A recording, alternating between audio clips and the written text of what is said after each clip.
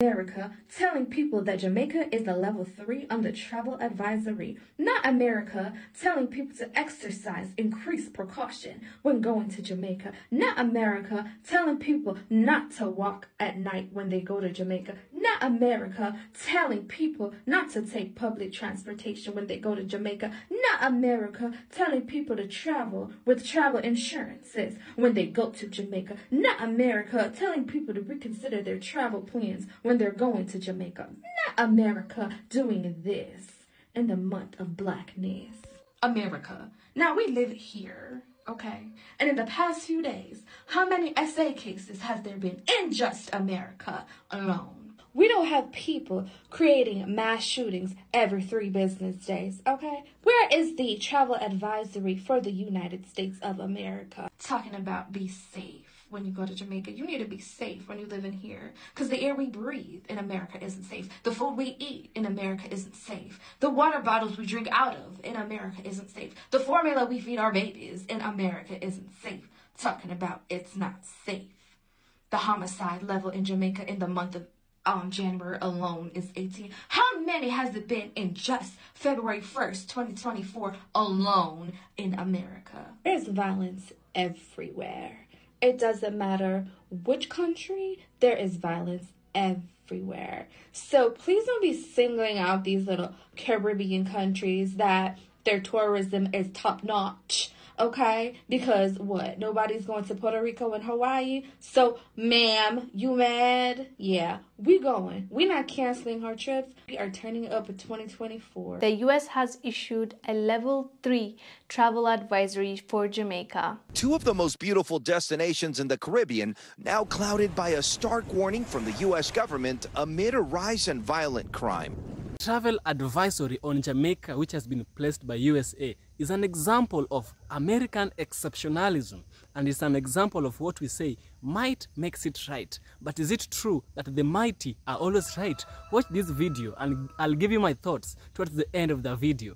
The State Department bumping up the advisory level from 2 to 3 in Jamaica, urging Americans to reconsider travel there, and updating a level 2 advisory in the Bahamas, telling tourists to exercise extreme caution. Those security alerts are a response to reports of violent crime on the islands. 65 murders in Jamaica and 18 murders in the Bahamas reported since January 1st of 2024.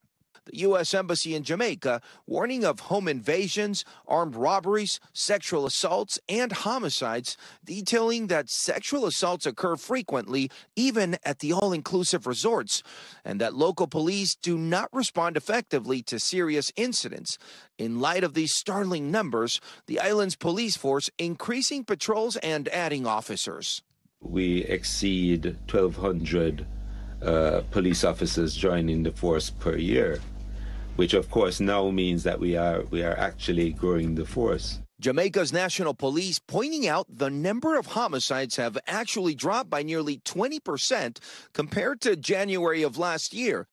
And the U.S. Embassy in the Bahamas alerting visitors that murders have occurred at all hours, including in broad daylight in the streets, pointing to retaliatory gang violence as the primary motive. The persistent cycle of violence and crime has been a dark cloud over our nation. But the Bahamas foreign minister still encouraging travelers to visit, saying in part, while we acknowledge that states have a right to inform their citizens traveling abroad about potential risks, we do not believe that there is any elevated or increased security risks to tourists traveling to the Bahamas. So I'm glad you commented, because so many people have been flooding my comments about this level 3 travel advisory that has been instituted about traveling to Jamaica. When personally, I actually feel safer living in Jamaica than I did in the US.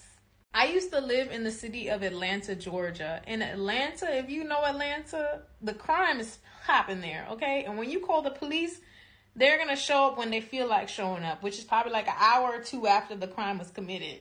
Before I even addressed this topic, I wanted to dig deeper and see like what the media was saying. But all of the US media is saying the same thing. So they must be pulling this data all from the same one resource, which seems kind of like sketch. But for my recommendations, if you do intend on visiting Jamaica in the near future, Stay on the resort if you feel so fearful, or stay in touristy areas. Don't go beyond those touristy areas and hire a driver. That's it. That's all. The Bahamas and Jamaica are not backing down against the U.S. The U.S. has been handing out travel advisories left and right, and Jamaica and the Bahamas are over their names being dragged through the dirt. Just a quick recap, Jamaica and the Bahamas have had travel advisories for some years now. But these travel advisories have been even more amplified because of some recent crimes that have been taking place in the Bahamas and Jamaica. The Jamaican Tourism Board had a few things to say about this. They're saying that there are distinctive areas in Jamaica that have high risk for crime. So the majority of the island's tourism product remains unaffected. Overall, the crime rate against visitors to Jamaica remains extremely low at 0.01%. The board also wanted to add that the island consistently ranks among the top destinations for international travel, welcoming over 4.1 million visitors in 2023. And of that 4.1 million, 3 million of them were U.S. citizens. Before I go, let's revisit the Global Peace Index real quick, because I think you guys need to be reminded that the United States is currently at 131 on the Global Peace Index for 2023. In 2022, the US ranked around 129, 128. So the overall peacefulness of the United States is actually not getting any better. It's getting worse. So I can see where Jamaica and Bahamas are defending their name, because at the end of the day, millions of US tourists are visiting these destinations each year. And might I add, year over year over year, unaffected of any violent crimes. But hey, all I see is opportunity. Because of these travel advisories, there's probably travelers that don't want to go to Jamaica and Bahamas right now, which is cool with me because that means cheaper tickets. And I love cheap. Now, the United States of America has placed a travel advisory for Jamaica. It's as if it has indexed Jamaica to be having some kind of hostility, to being having some kinds of problems. You know, some people look at the United States of America and, you know, as humans, we have this tendency to believe that the might makes right. If you are so big and you speak, you are always right. If USA and Jamaica did have some problems with one another, and you know, many people trust USA because it's big than Jamaica, and USA says, don't go to Jamaica or go to Jamaica at your own risk, people tend to lean on the sides of the might makes right, which is Jamaica, which is USA. And this one is very, very troublesome. It's very, very troublesome because Jamaica is going to suffer a lot from this.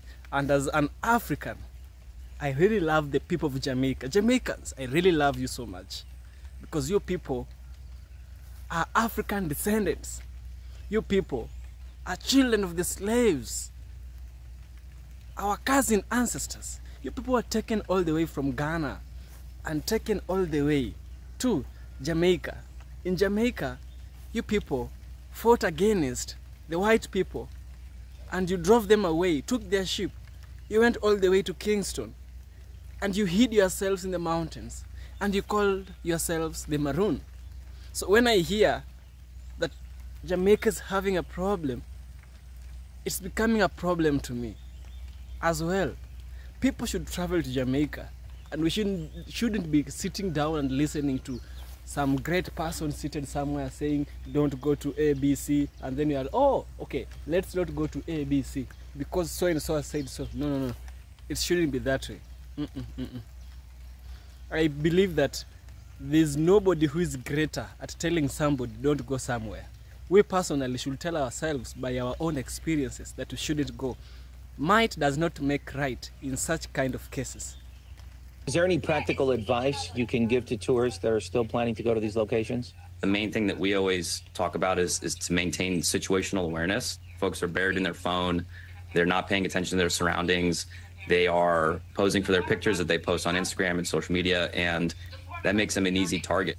Cherie McAlpine, a San Francisco resident who has been traveling to the Bahamas with her family for years, is heeding the increased warnings. Because I spent so much time in the Bahamas, the moment the alert came out, friends and family start to ping my email and my text messages with notice that the alert had come out and asking me what my plans were with regards to the Bahamas. But still plans to visit the Bahamas in the coming weeks. I will absolutely be more vigilant. I will be more precautious about the places that I'll go. I'll go to well-lit areas. I won't go to places alone.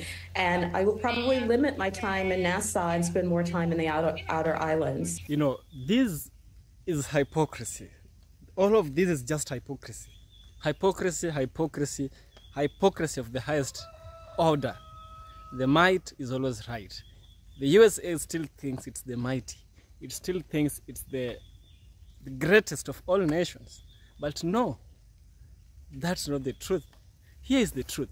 You know, what USA is trying to do here is that they're trying to make their country look good, and they're trying to tell people, if you want to go to a country, or if you want to know more about a country, listen to what we have to say about it. What we say about it will determine your experience. They're trying to alter people's imaginations, and it's as if there's a time Obama was coming to Kenya and the CNN went all over the news and they said that Kenya is a terror hotbed. Yes, Kenya is a terror hotbed because their president was coming to Kenya. Right now I'm alive here. I've not slept on that terror hotbed. No, I haven't. Now, this is an example of American exceptionalism. The American exceptionalism is the idea that America is where you can find the opportunities. Without America, there is no opportunity for you. Without America, nothing can work out well for you. It's just a form of American exceptionalism. If there's a country that people should have travel advisory against, it is the United States of America. How many police brutality have we experienced in America? How many shootings have we experienced in America? This America, anybody, as long as they are 16 years, they can go and get a gun. How will you feel safe in a country where a teenager can own a gun? A country where you hear a teenager shot his teachers, a teenager shot the students. The same country is standing up and telling you don't go to a specific African country or don't go to a specific Caribbean country. This is all just crap. I think Jamaica and the USA are having some tangles. They're having some diplomatic issues. And so the USA is using its influence, it's using its powers to influence people all over the world, painting Jamaica and the Bahamas to be bad countries in the world that people should not visit. If they have problems, they should call one another privately and talk their issues and not include all other people into that, because trust me, a lot of white people really will listen to what the United States has to say. Yes, we have cities like Los Angeles. We have cities like it's called Las Vegas. Yeah, Las Vegas. There's a lot of gambling and drugs and all things that happens there. You know, this is all taught by Hollywood. You see, literature, Hollywood is a form of literature, and literature always mimics the society. The society that is being mimicked here is the society in the United States of America. The United States of America is being reflected on how it behaves. Movies are not cast out of nothing. They are cast out of what happens. Now, if there's a country that people should just sit down and tell people not to go there, it's the United States of America.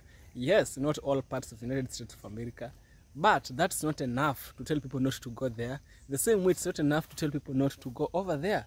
Me, who has been loving to go to Jamaica, so because the United States has said, Evans, there's an issue with Jamaica, don't go to Jamaica. So should I sit back and listen, okay, United States, I want to go to Jamaica. Does it really make sense to you? Jamaicans and we people, Africans, are one people. If the white person does not want to go to Jamaica, well and good. But for Africans, I'm telling you, don't fail to visit Jamaica if you have the capabilities. Visit Jamaica and see for yourself what we have there. And yeah, you'll find that it's just a fallacy. It's just a misunderstanding these two governments are having, because one government is bigger than the other. They tend to push them down and step on them, and that is what is happening right now. Yeah, so thank you for watching the video, and see you in the next one, where we will discuss issues about Africa, matters Africa, and the news from Africa. Thank you so much. Support the channel by subscribing, give me a super thanks on the video, and yeah, I'll see you in the next part. Remember, might does not make right. There has to be something